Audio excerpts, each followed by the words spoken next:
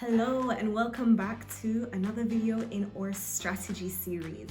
Today we're going to talk about why do strategies fail, and it's just going to be a little conversation that we have. I've got some points here, we'll run through them. Okay, so number one, why do strategies fail? The lack of clear goals and objectives. Now, sometimes this isn't as straightforward as, oh, the goal just didn't make any sense, or it was too complex. Sometimes it's not even that. Sometimes the goals are written in a very clear way, like the language is clear, but it just doesn't sit. It's not received in the way that it was meant to be received. And that ends up causing confusion and paints the picture of a lack of clarity. Right? People will say that they're not clear on the goal, that it doesn't make sense to them, even though the language is pretty simple. And sometimes it is the language. Sometimes language that you feel is standard jargon for the organization isn't really standard jargon for the people who are delivering the work in your organization.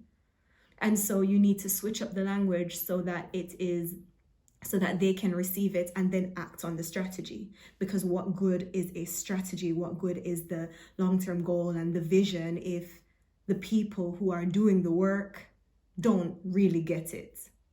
A good example of this is in a technical space. Let's say your organization builds technical solutions for its customer base.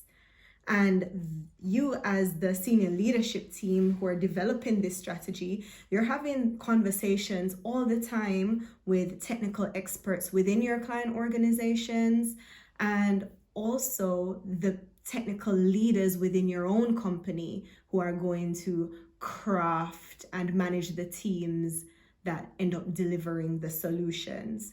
So you're having these technical conversations all the time.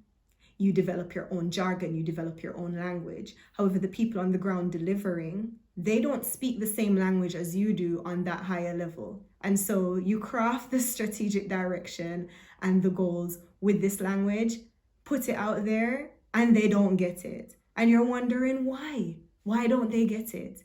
It might be easy and clear for you, but it's not clear for them. Which takes me to the second point. A lack of support and buy-in from key stakeholders. Now, this can happen at two levels. From the previous point, we were talking about a lack of buy-in from the ground level. So the people who are delivering and not driving the strategy, but the people who are delivering upon the actions that drive the strategy forward, the employees on the ground. If they're not bought in to the strategy, then nothing gets done. The action points don't get done, so it falls away at that point. And then sometimes it happens even earlier on. If you're in a team with your senior leadership team and you are putting this strategy together, if you all say, oh yeah, that sounds fine, and you're not having any conflict, you're not having any discussion and challenging each other to make sure that you're choosing something that is right for the organization, you're just going along with anything and coasting, then you are not going to develop a vision, you're not going to develop a strategy that those guys are bought into. And if they're not bought into it, you can expect that their teams won't be bought into it, because they're the ones who are going to have to go to their teams, explain the strategy, and get them pumped up to deliver the strategy. If they're not bought in on that session, then that's not going to happen. So as you can see, it can happen from both ends, the top level as well as the bottom level. Ensure all your key stakeholders are bought into the strategy.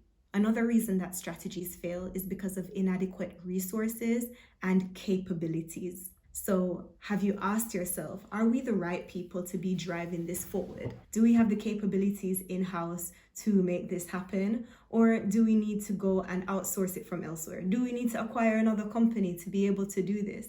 Do we need to hire some contractors in? You need to ask the questions. Do we have the resources to deliver upon this? And are we capable of doing it? So this ties back to, this is a process that we do in design thinking, where you analyze the viability and the feasibility as well as the desirability of a product or a service or an initiative that you are pushing forward. Do people want it?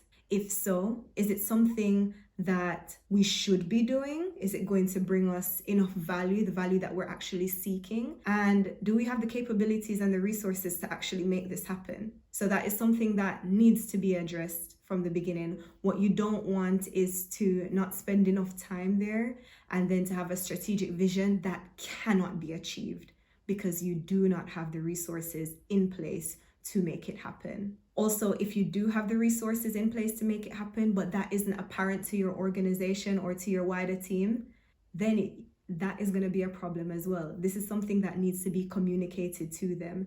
Let's say, for instance, you're about to do a brand new activity. I'm just going to go real simple. I'm going to go real simple here, guys. Let's say you're a bakery and you're used to baking muffins and cupcakes and all of these cookies, things like that.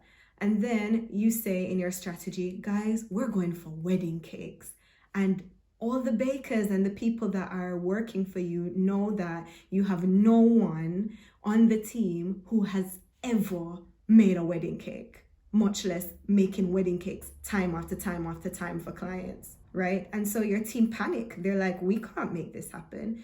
If you may have a plan to get somebody on board or some kind of partnership in place where you bring that capability within the team and within your organization to make that feasible and make it happen. But if you don't communicate that to your team, then they're not gonna be excited to try and deliver this strategy. They're gonna feel like you're setting them up for failure, especially when there are bonuses involved. So be sure that you have the capabilities and you have the resources and that your team actually know about this.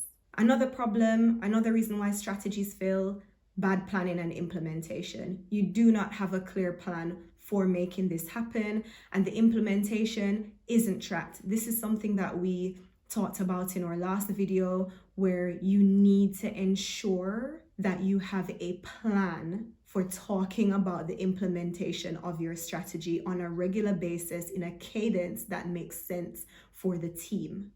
So check out the last video if you haven't seen that yet. We dove into a little bit more detail on that. Make sure you have a plan of action, make sure you have an implementation plan and some kind of structure around implementation so you can keep track of progress.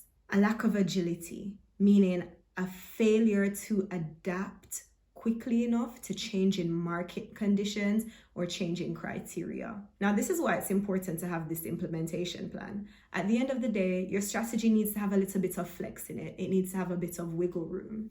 In your plan of action, that space needs to be there as well. When something isn't going to plan, your team should be able to hold their hands up and say, this isn't working. We need to pivot here. We need to make a change.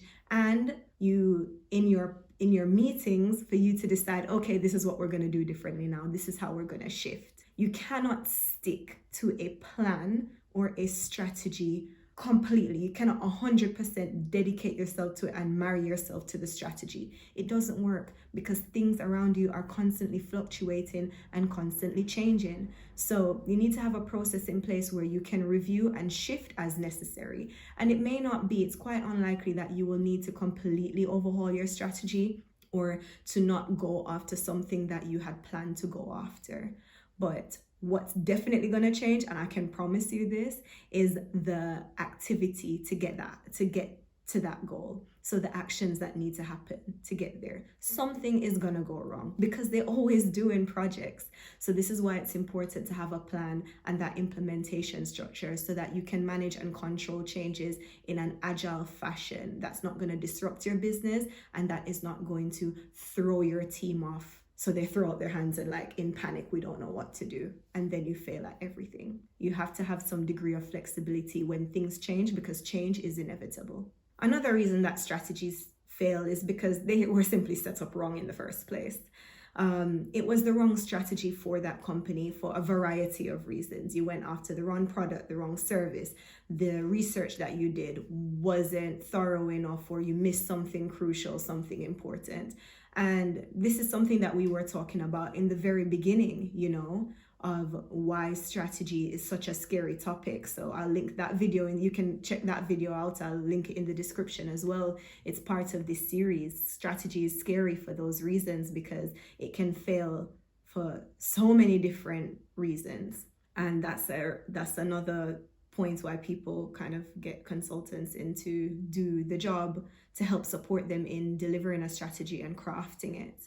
So yeah, strategies can fail for a number of reasons, and sometimes we can't pinpoint it, but we went through a few of the reasons that are most common for strategies failing, and I hope you found it useful.